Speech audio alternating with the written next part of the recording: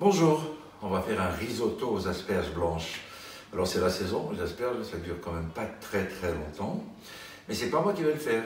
J'ai trouvé sur internet, en fouillant un petit peu, une recette filmée d'un jeune chef qui s'appelle Denis Imbrosi, qui est un chef d'origine italienne, qui a 3 restaurants à Paris et qui fait un très bon risotto. Alors je ne vais pas essayer de rivaliser avec lui. Mais quand même, quelques petits conseils pour cette recette. D'abord, il préconise de mettre 150 g de riz par personne, ce qui me paraît beaucoup. Je pense que 80 à 100 g suffisent largement.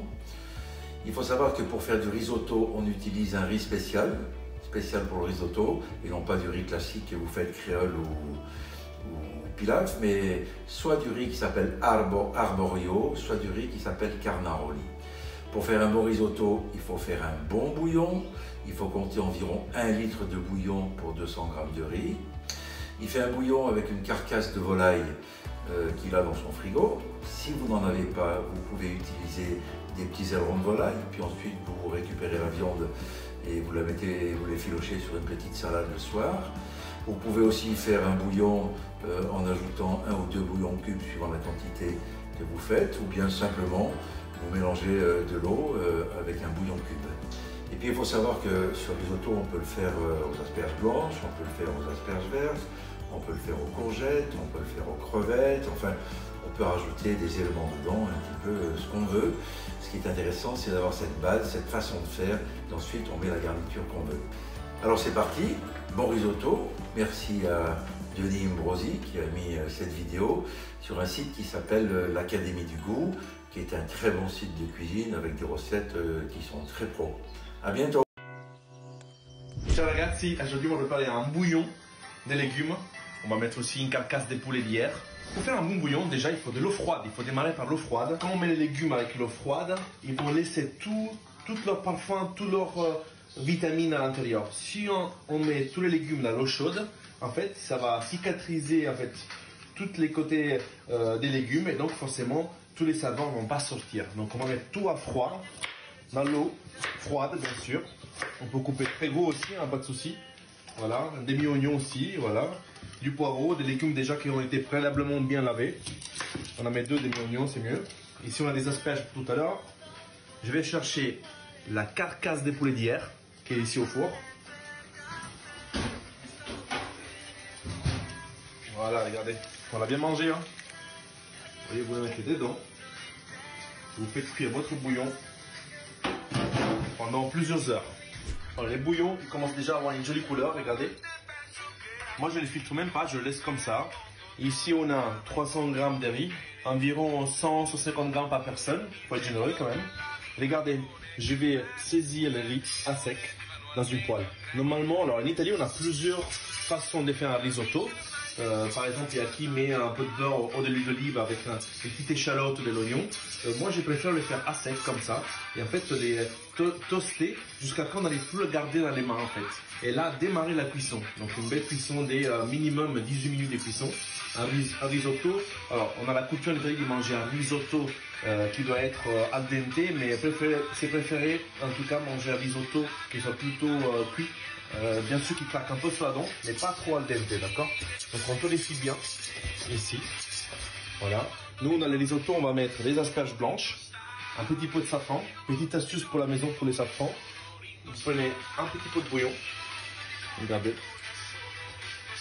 Voilà. Ça permet de tempérer les safrans. Et aussi, je vous invite à ajouter un petit peu d'acidité, un petit peu de jus de citron dedans. Ça va permettre vraiment au safran de faire sortir tous ses parfums et sa couleur. Voilà. Petite noisette de beurre, 20 g de beurre dans une poêle. On va cuire les asperges ici. Là, j'ai des asperges blanches qui ont été déjà épluchées et lavées auparavant.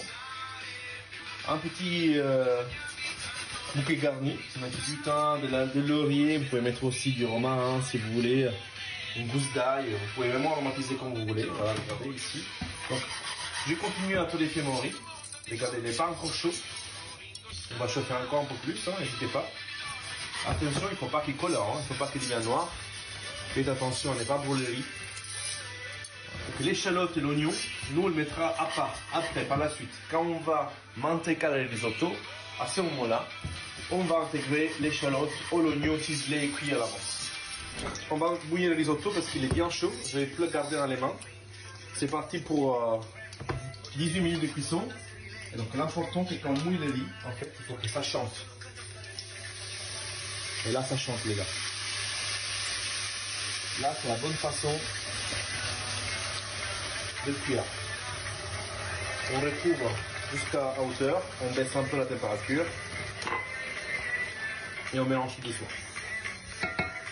Ici à côté, on a notre beurre. Donc on va mettre les asperges dedans.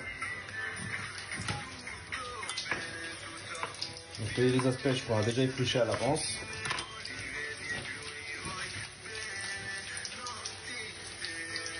Et on va les cuire tout doucement. Voilà. Je vais ciseler aussi un oignon qu'on va ajouter après dans les asperges. Pas important que ce soit parfait, hein. On est à la maison et on met juste de l'amour, c'est tout. Tac. Regardez notre risotto est là. Parce que le risotto, il ne faut vraiment pas couvrir le bouillon, hein. Il faut juste l'arroser. De temps en temps, normalement on dit qu'un risotto, en 18 minutes, il faut qu'on l'arrose au moins 20 fois à hauteur. Regardez la cuisson du risotto, toujours l'eau à couvrir. Jamais faire manger les risottos dans le bouillon, jamais. On ajoute au fur et à mesure, on disait entre 20 et 25 fois mouiller le risotto. Là il nous manque combien de temps? On va voir tout de suite. Il manque 8 minutes de cuisson. Je vais ajouter tout le safran dedans maintenant, donc faire mi-chemin de la cuisson. Voilà. Ici je suis en train de cuire à côté les asperges. Regardez, avec l'oignon caramélisé et tout.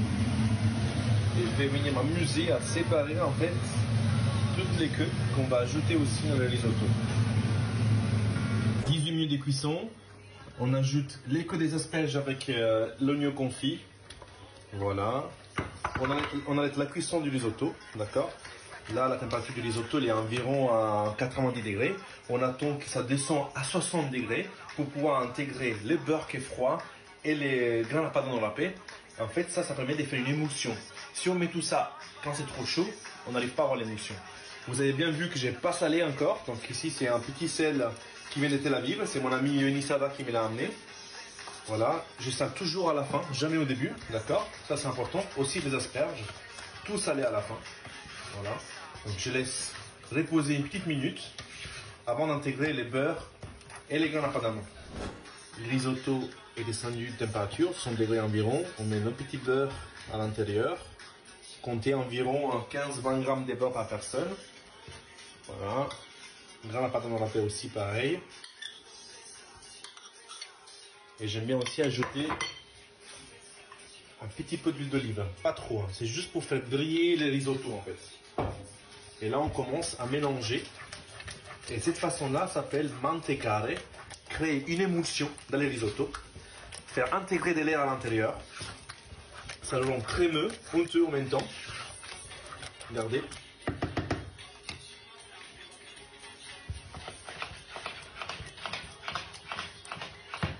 On va bien déguster là.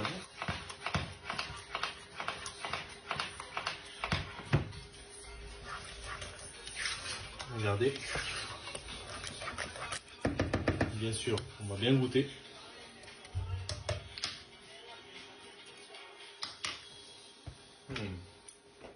Petit pincée des fleurs de sel encore. Et un petit peu de jus de citron. Goûte.